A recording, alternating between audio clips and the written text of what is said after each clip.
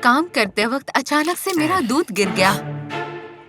Please मेरे boss को मत बताइए, मैं सब ठीक कर दूंगी। लेकिन तमाशा खड़ा करने की बजाय होठों पे लगा हुआ दूध चाट लिया और मेरे साथ डांस करने की मांग की।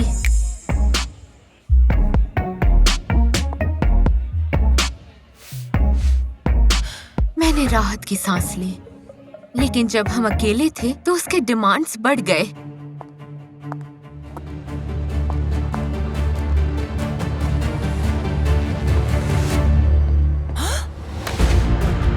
चलो अपने कपड़े उतारो, वो भी जल्दी।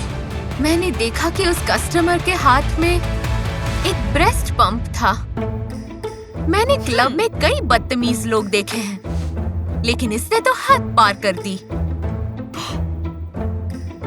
मैं एक प्रोफेशनल डांसर हूँ, दूध बेचने वाली नहीं। शायद तुम ये नहीं चाहोगी कि अभी क्या हुआ था ये तुम्हारे बॉस को पता चले। सही कहा ना मैंने? मुझे मेरी जॉब खो जाने का डर था, इसलिए मैं मान गई।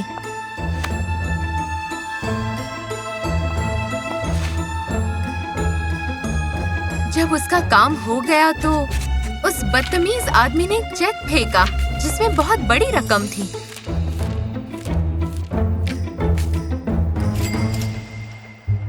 मुझे उससे पूछना था कि मिस्टर जॉन स्मिथ का इस सब से क्या मतलब है।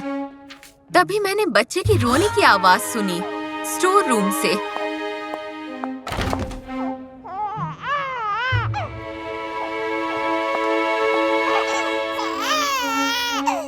मेरा बेटा अभी अभी जन्मा था, लेकिन आया रखने के लिए मेरे पास पैसे नहीं थे, इसलिए उसे सबसे छुपाकर मुझे क्लब में लाना पड़ा।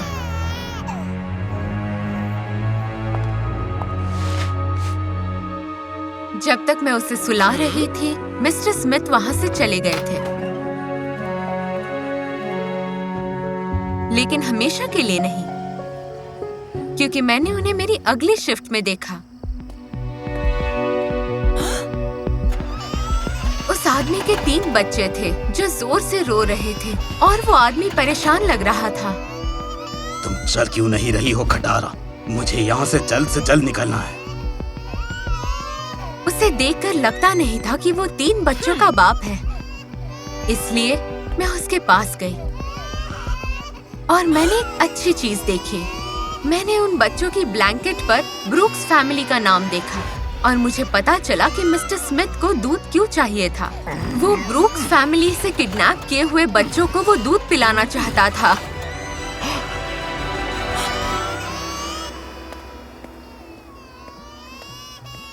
मैंने 911 डायल किया और एक रिपोर्ट लिखवाई।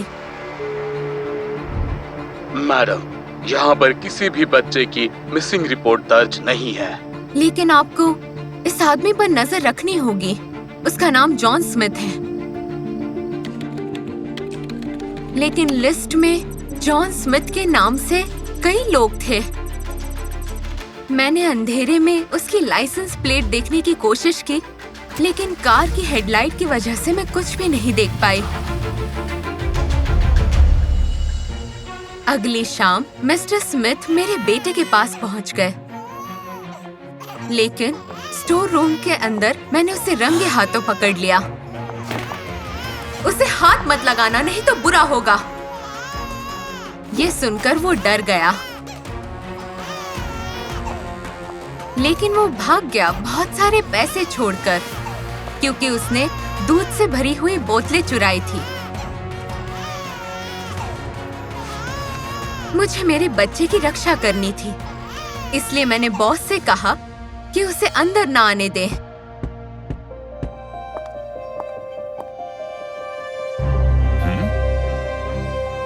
ये क्लाइंट बहुत बदतमीज है। ये मेरी प्रॉब्लम नहीं है बेबी। मिस्टर स्मिथ ने मुझे 1 महीने का एडवांस दिया है, तो तुम्हें उनके लिए डांस करना ही होगा।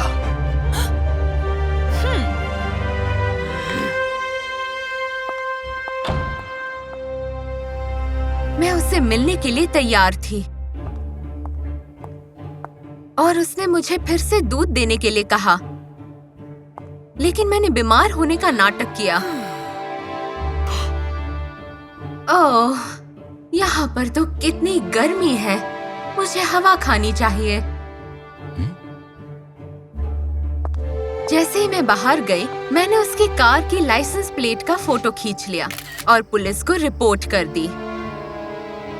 Checkmate mister Smith. वापस आकर मैंने उसे एक दूध की बोतल दी। मेरे पास बस इतना ही है। कल वापस आना। तुमने वैसे भी पूरे महीने के पैसे भरे हैं। वो आदमी इतना खुश नहीं लग रहा था। अब मुझे दरअसल मैंने सुनने से इनकार कर दिया। मैं उसके साथ ज्यादा देर तक अकेले नहीं रहना चाहती थी। अगले दिन वो आदमी रोज के समय पर नहीं आया था। मैं खुश थी।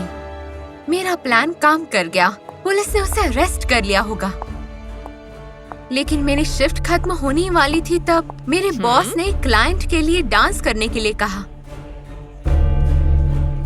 बिना शक के मैं वीआईपी रूम में चली गई। तो वो तुम थी जिसने पुलिस को मेरी तरफ भेजा था। इधर आओ। मुझे अकेला छोड़ दो। मुझे चिल्लाता हुआ देख मेरा बॉस वहाँ आ गया, लेकिन कोई फायदा नहीं हुआ। वो गुस्से में था क्योंकि उसने मेरे बेटे को देख लिया। तुमने यहाँ का रूल तोड़ा है, इसलिए अब मैंने फैसला कर लिया है कि तुमने यहाँ पर जो भी काम किया है तुम्हें उसके पैसे नहीं मिलेंगे। उन्होंने कहा कि वो मुझे अपनी पहले की शिफ्ट्स के लिए पैसे नहीं देंगे। प्लीज ऐसा मत कीजिए। मेरे बेटे और मुझे पैसों की बहुत जरूरत है। और तभी उस आदमी ने बीच में कुछ तो बोला। क्या इसकी गलती माफ करने के लिए इतने पैसे काफी हैं? अब ये मेरे साथ जाएगी। आप मुझे इस आदमी के साथ ऐसे अकेले नहीं छोड़ सकते। प्लीज।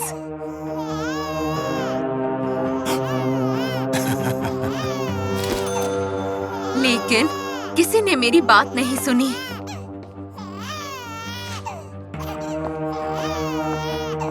उसके बाद मिस्टर स्मिथ ने मुझे और मेरे बेटे को अपनी कार में बिठाया। मुझे डर लग रहा था, मेरे लिए नहीं लेकिन मेरे बच्चे के लिए। और ब्रूक फैमिली के बच्चे अभी भी उसी के साथ थे। दरवाजा बंद हो गया और अब मुसीबत आने वाली थी। लेकिन तभी मिस्टर स्मिथ ने मुझे दिखाया एक बर्थ सर्टिफिकेट और पता चला कि वो इन तीनों बच्चों का इकलौता बाप था। मैं तुमसे माफी मांगता हूँ कि मैंने तुम्हें इस सारे मामले में डरा दिया। मैं तुम्हें कब से बताना चाह रहा था, लेकिन तुम सुनने के लिए तैयार नहीं थी। मैंने उस फैमिली के नाम की ओर इशारा किया जो ब्लैंकेट पर था। मैंने अपने बच्चों को अपनी बीवी का सरनेम दिया। वो इन बच्चों की डिलीवरी के वक्त इस दुनिया से चली गई। बाद में पता चला कि जिस रात हम पहली बार मिले थे, मिस्टर स्मिथ की कार खराब हो गई थी और 6 घंटों से वो इसे ठीक करने की कोशिश कर रहे थे। और बच्चों को भूख लगी थी और उसके पास कोई दूध नहीं था। फिर हाथ धोने के लिए वो उस क्लब में आया जो आधी रात को खुला था। और जैसे ही वो जाने वाला था, उस पर दूध गिर गया। मैं अपनी बदतमीजी के लिए माफी मांगता हूँ, लेकिन मेरा बच्चों को दूध पिलाना जरूरी था। और उस दिन से मिस्टर स्मिथ रोज मेरा दूध लेने आते थे, क्योंकि उसे उसके बच्चे खुशी खुशी पी लेते थे। तुम्हारे दूध से बच्चों का वजन बढ़ रहा है। मिल्क बैंक का दूध बेकार था। तो तुमने मुझे पहले क्यों नहीं बताया कि तुम्हें अपने बच्चों के लिए दूध चाहिए था? मैंने सोचा कि तुम मेरी बात नहीं समझोगी और सोशल सर्विसेज को कंप्लेन कर दोगी। मैं समझ सकती थी। माँ बाप का सबसे बड़ा डर उनके बच्चों से बिछड़ना ही है। मुझे भी यही डर था, इसलिए मैंने अनजान बनकर पुलिस को कॉल किया और मैं जॉन के बच्चों के लिए उनकी नर्स बन गई। वो मुझे अच्छे पैसे देता था और उससे मेरे सारे लोन क्लियर हो गए। आगे जाकर मुझे एक अच्छी जॉब मिल गई और सब कुछ ठीक हो गया। और मैंने कुछ ऐसा सीखा जो मैं कभी नहीं भूल पाऊंगी। हमें किसी को भी उन्हें बिना जाने जज नहीं करना चाहिए।